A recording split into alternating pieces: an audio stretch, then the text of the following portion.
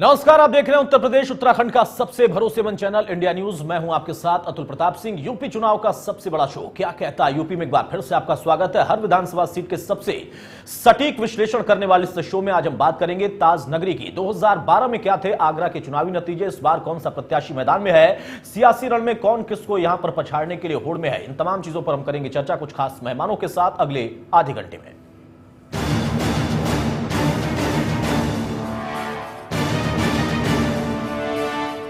जी हाँ, तो हमारे साथ लखनऊ से अजय जी वरिष्ठ पत्रकार हैं और साथ ही सुरेंद्र जी भी हैं। बहुत स्वागत है आप दोनों का। और इसके साथ साथ मेरे सहयोगी लोकेंद्र भी वीडियो वॉल से हमारे साथ जुड़ेंगे, जिससे हम जानेंगे कि कौन कौन प्रत्याशी उस मैदान में है। मेहमानों के पास में चलूं उसके पहले मैं एक बार रुख करता हूं अपने सहयोगी लोकेंद्र का कि 2012 में ताजनगरी में क्या समीकरण थे, किस पार्टी को कितनी सीटें मिली थी। लोकेंद्र। हाँ बिल्कुल अतुल, अगर 2012 की बात करें तो यहां पर बीएसपी काफी मजबूत 2012 में रही थी। 6 सीटें बीएसपी को मिली थी, बीजेपी की भी 2 सीट यहां पर थी और 1 सीट यहां पर समाजवादी पार्टी को 2012 में मिली थी। जी हाँ, तो बीएसपी हावी रही थी और बाकियों को 1 या 2 सीटों से ही काम चलाना पड़ा था। बहरहाल आगे बढ़ते हैं, एक एक सीट पर हम चर्चा करेंगे। शुरुआत करते हैं एतमादपुर से। लोकेंद्र के पास एक बार फिर से रुख करते हैं। लोकेंद्र, एतमादपुर सीट से कौन सा प्रत्याशी किस पार्टी से मैदान में है? बिल्कुल अतुल, बात करेंगे और सबसे पहले बात जो मेरे करीब है, आप देख रहे हैं समाजवादी पार्टी की बात करते हैं। यहां से राजा बेटी बघेल को टिकट मिला है। इसके बाद बीएसपी की अगर हम बात करें तो धर्मपाल सिंह को यहां से मिला है। बीजेपी की बात करें तो यहां से राम प्रताप सिंह चौहान को टिकट दिया गया है। और इसके बाद आरएलडी की बात करें तो यहां से नरेंद्र सिंह को टिकट मिला है। जी, नरेंद्र सिंह घनगर को यहां से टिकट मिला है। तो एतमादपुर का यह है इस वक्त सियासी आंकड़ा। चलते अपने मेहमानों के पास, सभी मेहमान हमारे साथ जुड़े हैं। अजय जी, मैं आपके पास आ रहा हूं। आज हम ताजनगरी की बात कर रहे हैं, 9 सीटें हैं, इसलिए संक्षेप में छोटी छोटी टिप्पणियां हम लेते चलेंगे। एतमादपुर सीट को आप किस तरीके से देखते हैं, क्या यहां की सियासी गणित है?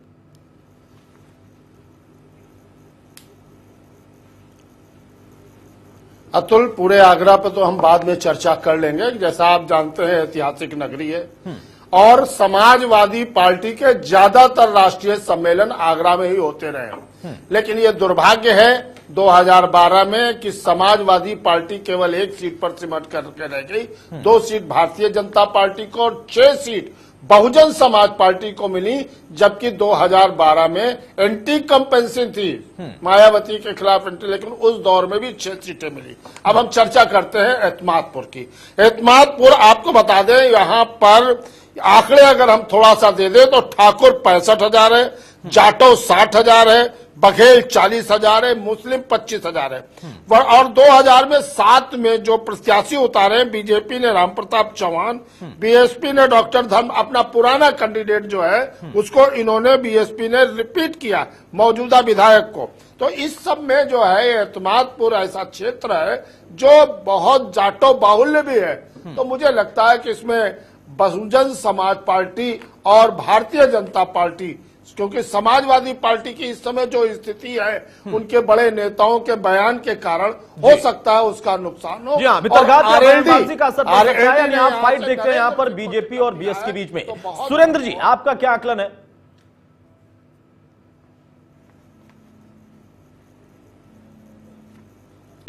देखिए, इस सीट पर त्रिकोणात्मक संघर्ष हर स्थिति में होगा और अब आप जब बात करेंगे तो अब एक सीट के हिसाब से बात मत कीजिए। पूरा आगरा चूंकि इटावा के बगल में है और जो आज नया वो डेवलपमेंट हो गया है जी, उसके बाद सपा को अपना ये किला संभालने में काफी दिक्कत होगी। पिछले बार जीत सीट भले न जीते हो, लेकिन सपा का वहां गढ़ माना जाता है और मतलब गतिविधियां जिसको कहते हैं, हर राष्ट्रीय अधिवेशन वहां होगा। इटावा के बगल में है तो सपा का ज्यादा वहां प्रभाव भी है। तो हमको अगर इस दृष्टि से देखें तो ये त्रिकोणा तक हर हाल में होगा। अब बाकी देखना पड़ेगा।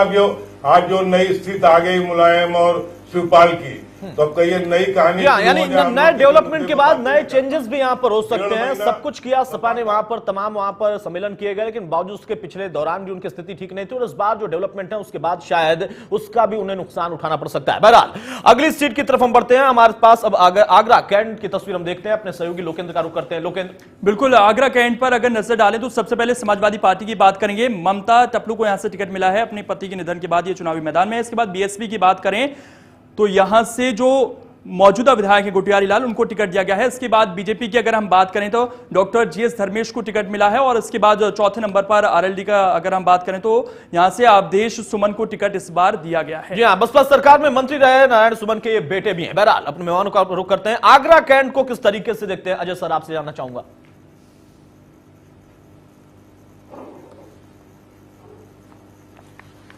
देखिए, आगरा कैंट छावनी का एरिया है और वहां आसपास ये चर्म उद्योग, छोटे छोटे जूते बनाने के कारखाने छोटे बड़े बहुत हैं और यहाँ पर पत्थर के सामान, पत्थर के छोटे छोटे ताजमहल बनाने का वो है।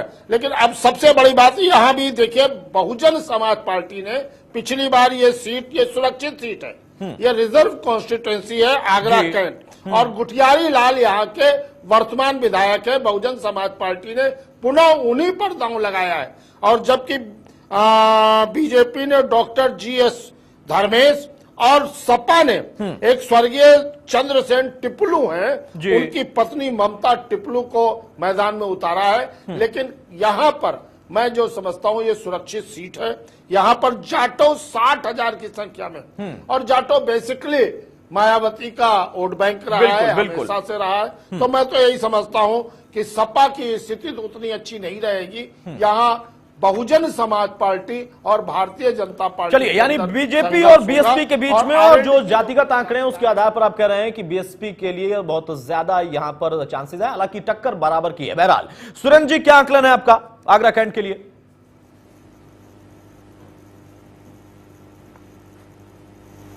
देखिए मैं आगरा कैंट के बारे में अजय जी के एनालिसिस से सहमत हूं।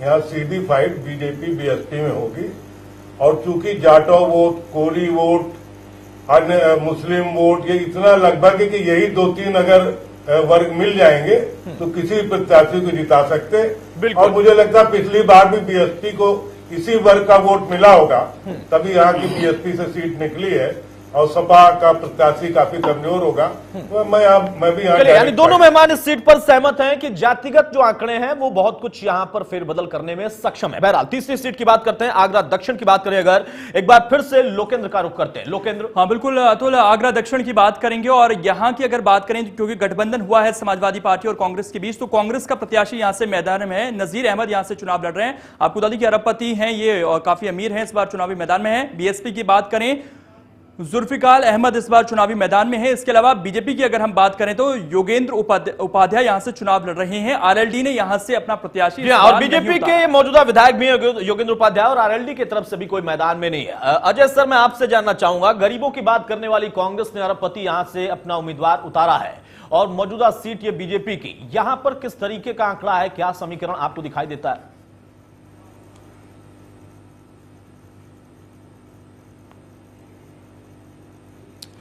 देखिए अतुल, आगरा दक्षिण का जो ये क्षेत्र है, यहाँ से सिटिंग है, वर्तमान में विधायक हैं योगेंद्र उपाध्याय जो बीजेपी के हैं और बीजेपी ने पुनः इन्हीं को प्रत्याशी बनाया है। लेकिन यहाँ 2 कैंडिडेट, 2 प्रत्याशी, 2 पार्टियों के बड़े बड़े और दबंग, उसमें एक कांग्रेस और सपा के गठबंधन के नाजिर अहमद जो कांग्रेस के टिकट पर वहां लड़ रहे हैं और सपा के गठबंधन के उम्मीदवार हैं। दूसरे वहां बीएसपी ने जुल्फकार अली भुट्टो को उतार दिया। नाम ही एक ऐसा है और इनके काम भी अच्छे हैं, मतलब अच्छे जिस सेंस में वो मैं नहीं कहना चाहूंगा यहाँ पर। लेकिन एक चीज आपको देखना पड़ेगा कि इस क्षेत्र में 50,000 मुस्लिम मतदाता है। निश्चित रूप से इन मतों का विभाजन होगा और एक मतदाता यहाँ पर बहुत है, वो है सिंधी और पंजाबी। वो सदैव का सदैव भारतीय जनता पार्टी के साथ में रहा है। ये एक परंपरागत वोट भारतीय जनता पार्टी का है। 15 और 20 हजार के बीच वैश्य और ब्राह्मण मतदाता है। हम जातीय समीकरण की चर्चा इसलिए करते हैं कि ये एक ऐसा क्षेत्र है जो जाट वर्सेज अलग, जाटो वर्सेज अलग का चुनाव होता है यहाँ। तो निश्चित रूप से मैं ये जातीय समीकरण के आधार पर कह रहा हूं कि यहाँ भारतीय जनता पार्टी और गठबंधन, अगर गठबंधन की यही स्थिति रही, जो अखिलेश अगर एक आध सभा वहां कर लेते तो होगा, अन्यथा बहुजन समाज पार्टी और भारतीय जनता पार्टी के बीच मैं टक्कर देख रहा हूं। चलिए, यानी आप सीधी टक्कर देखते हैं कि बहुजन समाजवादी पार्टी और बीजेपी के बीच में सीट पर दिखाई दे रही है। सुरेंद्र जी।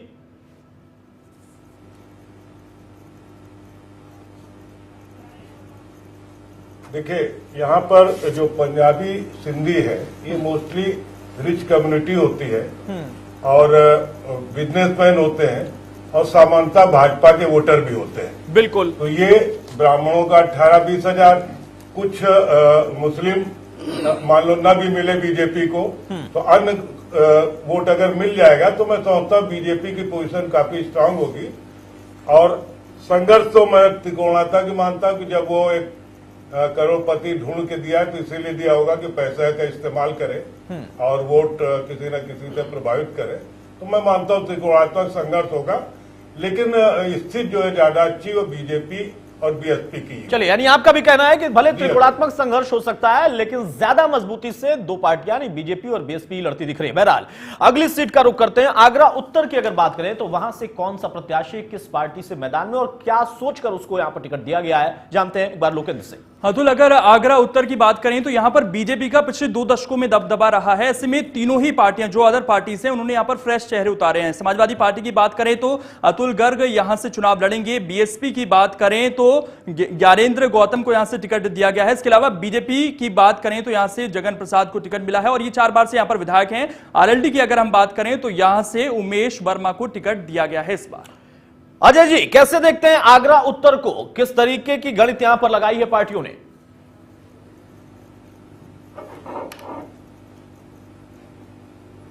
अतुल, आगरा उत्तर आगरा की सबसे महत्वपूर्ण सीट है और ये हमेशा से हमेशा, चाहे वो सत्य प्रकाश विकल रहे हों चाहे जगन प्रकाश गर्ग रहे हों, जगन की छवि दलित और वैश्यों में बहुत अच्छी है।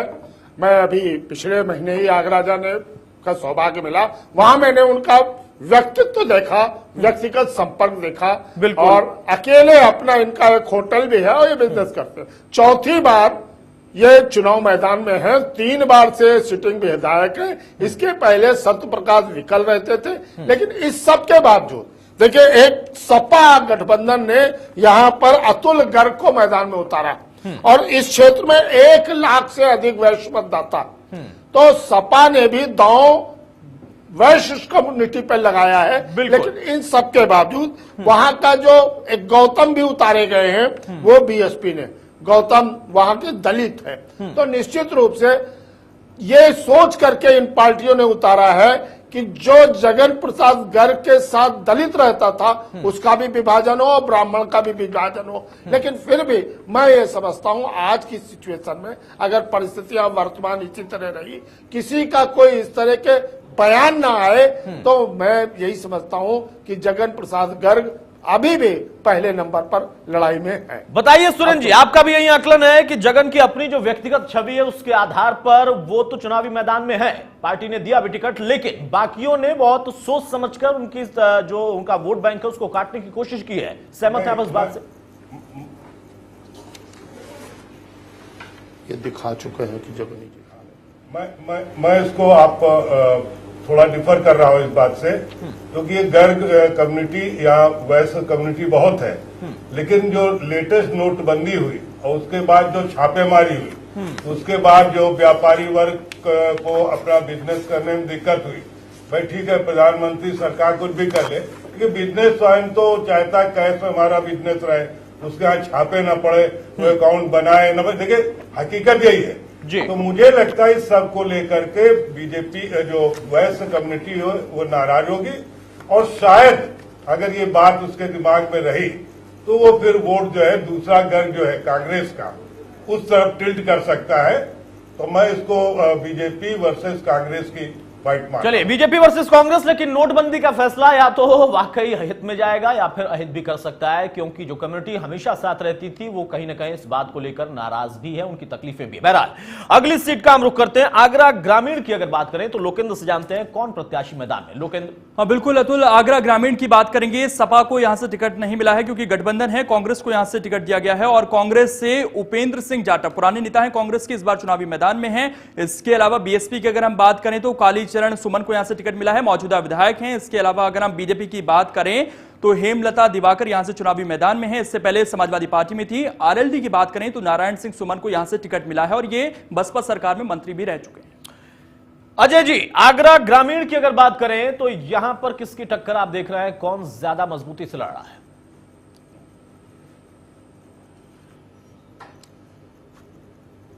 अतुल, आगरा ग्रामीण रिजर्व कॉन्स्टिट्यूंसी है और इसमें जो जातिगत आंकड़े हैं उसमें जाट 60,000, जाटव 60,000।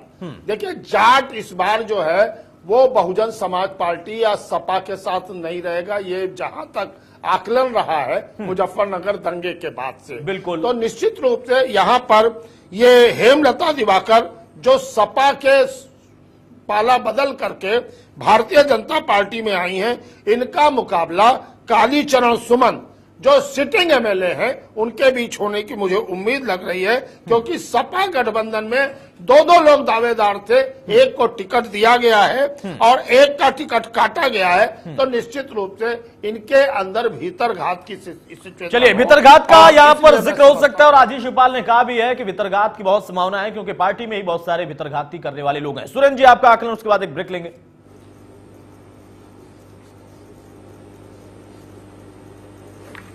हाँ अतुल जी, मैं ये कह रहा था कि यहाँ हेमलता दिवाकर इसी पॉसिबिलिटी को समझकर उन्होंने पार्टी बदली और अंतिम दिनों में बीजेपी में आ गई। बिल्कुल। मुझे यहाँ लगता है कि बीजेपी का पलड़ा भारी रहेगा, क्योंकि यहाँ के जो मतदाता वर्ग है जिसमें ब्राह्मण भी काफी संख्या में है, वैश्य भी काफी संख्या में है, और संघर्ष तो देखिए आप अभी बहुत एनालाइज नहीं कर सकते कि त्रिकोणात्मक होगा कि डायरेक्ट होगा, इट्स टू अर्ली टू से। लेकिन मुझे ऐसा लगता है कि बीजेपी का एज रहेगा।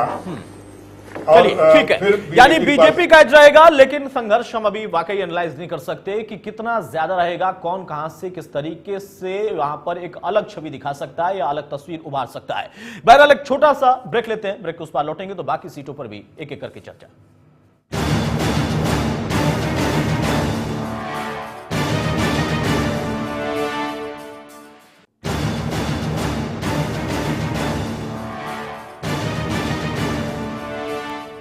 चलिए, तो क्या कहता है यूपी में, एक बार फिर से आपका स्वागत है। फतेहपुर सीकरी में कौन इस वक्त मैदान में है, जानने के लिए चलते हैं अपने सहयोगी लोकेंद्र के पास। हाँ बिल्कुल, फतेहपुर सीकरी की बात करें तो यहां पर ज्यादा दल बदल का खेल नहीं है। जो पुराने नेता हैं वही मैदान में है पार्टियों के। समाजवादी पार्टी की बात सबसे पहले करेंगे, लाल सिंह लोधी यहां से चुनाव लड़ रहे हैं। इसके बाद बीएसपी की बात करें, सूरजपाल यहां से चुनाव लड़ रहे हैं, मौजूदा विधायक हैं। इसके बाद बीजेपी की बात करें तो चौधरी उदयभान सिंह यहां से चुनाव लड़ रहे हैं और दिग्गज नेता हैं बीजेपी के। आरएलडी की बात करें तो ब्रजेश चाहल को यहां से टिकट मिला है, ये भी आरएलडी के पुराने नेता हैं। ठीक है, फतेहपुर सीकरी को कैसे देख रहे हैं, किसकी फाइट देख रहे हैं, किसके बीच में टक्कर देख रहे हैं अजय जी?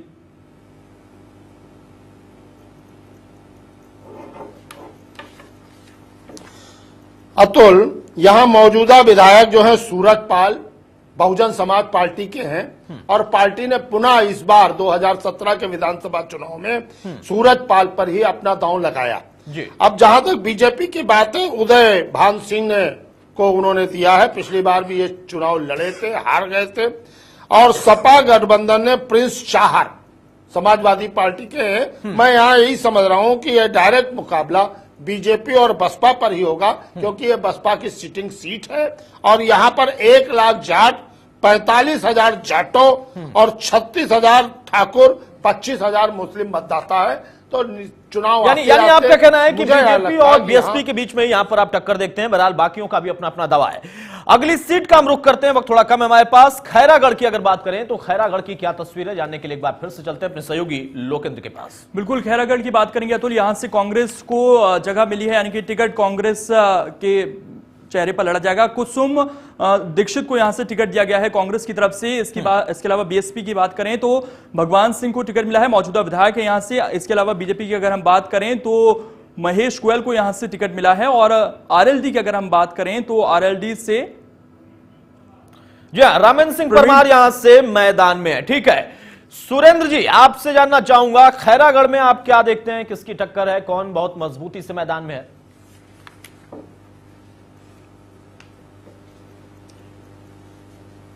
देखिए, यहाँ पर जो ब्राह्मण वोट है 60,000 है, ठाकुर 80,000 है, तो 1,40,000 वोट हो जाता है।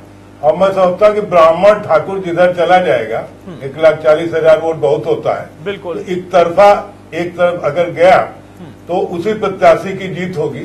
बीएसपी की सिटिंग सीट थी हो सकता है बीएसपी के पक्ष में चला जाए, अदरवाइज मुझे लगता है यहाँ ट्रायंगुलर फाइट होगी। हर चुनाव में स्थितियां बदल जाती हैं। जी हाँ, स्थितियां बदल सकती हैं, लेकिन आपको लगता है कि यहाँ ट्रायंगुलर फाइट यहाँ पर त्रिकोणीय मुकाबला हो सकता है। बहरहाल अगली सीट की हम बात करें, अगर फतेहाबाद की बात करें तो फतेहाबाद में कौन सा प्रत्याशी इस वक्त मैदान में है, किस पार्टी से, जानने के लिए एक बार फिर से अपने सहयोगी लोकेंद्र के पास चलते हैं। लोकेंद्र, बिल्कुल फतेहाबाद की बात करेंगे और सबसे पहले बात समाजवादी पार्टी की। यहां से आपको बता दें कि डॉक्टर राजेंद्र सिंह को टिकट दिया गया है। इसके बाद अगर बीएसपी की बात करें तो उमेश को यहां से टिकट मिला है, और इसके अलावा बीजेपी की अगर हम बात करें तो जितेंद्र वर्मा को टिकट मिला है। आरएलडी ने यहां पर घोषित नहीं किया है अपना उम्मीदवार। जी हाँ, कैसे देखते हैं अजय जी, अगर फतेहाबाद का जिक्र करें तो?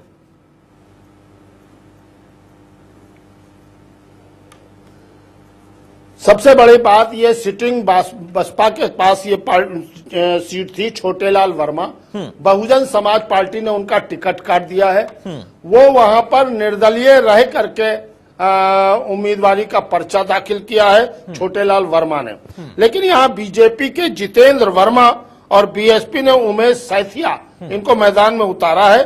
यहाँ भी अगर भीतर घात हुआ तो मैं समझता हूं कि ये सीट बसपा से निकल करके भाजपा के पाले में आ सकती है। अतुल, चलिए, यानी बसपा के से निकलकर ये भाजपा के खाते में आ सकती है, अपने आप में बहुत अहम है। अब अगली सीट की बात कर लेते हैं, आखिरी सीट बाह की बात करते हैं, बहुत अहम है। यहां पर बाह की अगर हम जिक्र करें तो बाह में कौन मैदान में है, जरा जानते हैं लोकेंद्र से। लोकेंद्र, बिल्कुल बाह की बात कर लेते हैं। यहां से समाजवादी पार्टी जो कि सबसे पहले है, अंशु देवी यहां से चुनाव लड़ रही हैं, अभी अभी ये पार्टी में शामिल हुई है। इसके अलावा बीएसपी की अगर हम बात करें तो मधुसूदन शर्मा, क्योंकि ब्राह्मण बाहुल्य ये पूरी सीट है तो यहां से उन्होंने उस चीज को देखा है। इसके अलावा बीजेपी की अगर हम बात करें तो रानी सिंह को माफ कीजिएगा, रानी पक्षालिका सिंह यहां से मैदान में है और सुधीर दुबे यहां से आरएलडी की तरफ से। बहरहाल ठीक है, चलिए अपने मेहमानों के पास चलते हैं। सुरेंद्र जी, बाह बहुत अहम है अपने आप में, इसलिए क्योंकि यहां से रानी पक्षालिका जो कि मंत्री रह चुके हैं कृषि सरकार में, उनकी पत्नी है और राजघराने से ताल्लुक रखती है, बीजेपी में है और उनकी पत्नी को टिकट दिया गया, बहुत अहम है अपने आप में। किस तरीके से आप देखते हैं यहां पर, क्या वाकई जो पुरानी चीजें लगातार चली आ रही थी या जो वर्चस्व था वो बना रहेगा, यहां उलटफेर दिखते हैं आप?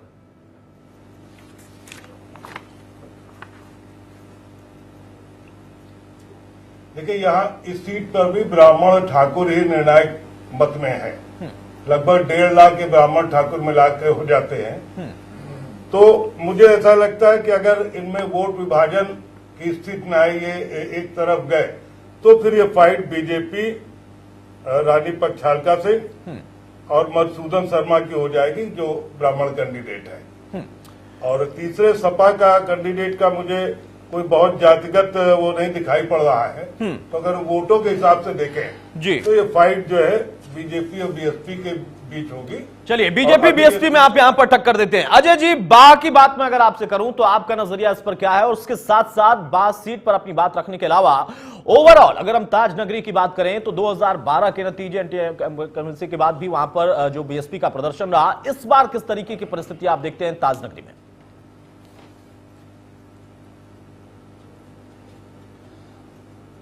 अतुल, आगरा के जगन के बाद दूसरी सबसे बड़ी चर्चित सीट है वो ये बाह की सीट है। बाह एक 10 प्रभावित अपने समय में रहा है और ये हमेशा ठाकुर बाहुल्य, ठाकुरों का दबदबा रहा है। राजा साहब वाह, महेंद्र रिपुदमन सिंह और उसके बाद इनके बेटे महेंद्र अरिदमन सिंह, इनका हमेशा से कब्जा रहा है।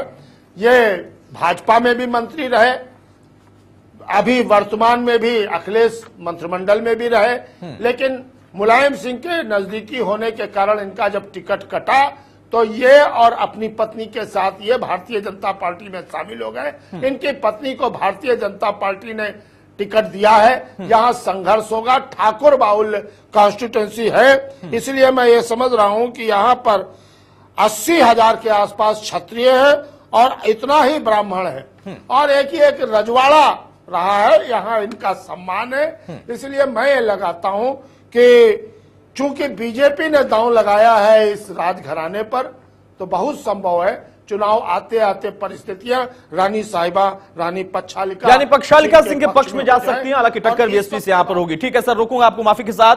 सुरेंद्र जी, आपका भी फाइनल कमेंट यहां पर, ताज नगरी में इस बार आप क्या देखते हैं ओवरऑल किस तरीके, क्योंकि समाजवादी पार्टी और अखिलेश सरकार बहुत सारे काम ताजनगरी में जाकर तमाम सम्मेलन के साथ साथ कई योजनाएं, लेकिन अभी जिस तरीके की परिस्थितियां बदली और आज का जो बयान है, चाहे वो रामगोपाल का और सबसे अहम शिवपाल का, इन तमाम तरह की चीजों को अगर हम देखें, इन बयानों को देखें, उसका असर उनके ही करीबी क्षेत्र में कितना पड़ता दिख रहा है?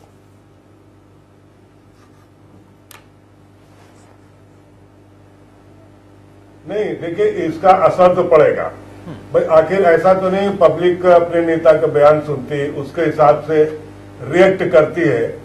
जो देखिए अभी तक बात दबी छिपी थी, ये नहीं लगता था कि शिवपाल या मुलायम सिंह कोई डायरेक्ट फाइट की स्थिति में जाएंगे या टांग अड़ाएंगे जिसको कहते हैं। लेकिन आज जब शिवपाल ने नामांकन भरने के बाद ये कह दिया और जैसा बयान आया जो मैंने देखा, उसमें उन्होंने यहां तक कहा कि हम अखिलेश को चुनौती देते हैं, चुनाव जीत के दिखाएं और हम 11 मार्च के बाद सरकार बनाएंगे। तो इसका मतलब उन्होंने कुछ ग्राउंड वर्क किया होगा। पार्टी बनाएंगे, सरकार उसी तरह मुलायम सिंह ने कह दिया कि हम भाई प्रचार में नहीं जाएंगे गठबंधन के, क्योंकि उनकी बात सुने पार्टी, हाँ वो पार्टी बनाएंगे, वो सरकार बनाएंगे। अब दूसरी बात देखिए कि इस पर तुरंत रामगोपाल ने कहा कि मुलायम प्रचार करें या न करें कोई फर्क नहीं पड़ता है। तो अब आप ये सोचिए, जो मैं शुरुआत में कह रहा था कि अब वही रिकॉर्ड फिर बजने लग गया। जो रिकॉर्ड 1.5-2 महीने से हम लोग सुन रहे थे सपा परिवार का, इसके ऊपर प्रहार ऐसे टूटना जाना, और ये लगा ना कि शायद चुनाव पर अभी रिकॉर्ड दोबारा न बजे, फिर वही रिकॉर्ड बजना शुरू हो गया। जी हाँ, और वो रिकॉर्ड बजना शुरू हुआ है तो उसका कहीं ना कहीं असर होगा। हर एक नेता के अपने कुछ लोग होते हैं, उनमें उनकी आस्था होती है, विश्वास होता है, समर्थन होता है, तो उसका असर जरूर होगा। बहरहाल वक्त हमारे पास सबका, मैं बहुत शुक्रिया सुरेंद्र जी आपका, बहुत शुक्रिया अजय सर आपका, बहुत शुक्रिया लोकेंद्र आपका भी। तो कुल मिलाकर इस बार समाजवादी पार्टी में जो कुछ हुआ उसका असर ताजनगरी में भी दिख सकता है, लेकिन जिन जिन सीटों का हमने जिक्र किया उसमें सीधी टक्कर कई जगहों पर दिखाई दे रही है बीजेपी और बीएसपी। बहरहाल आज क्या कहता है यूपी में, इतना ही। नमस्कार।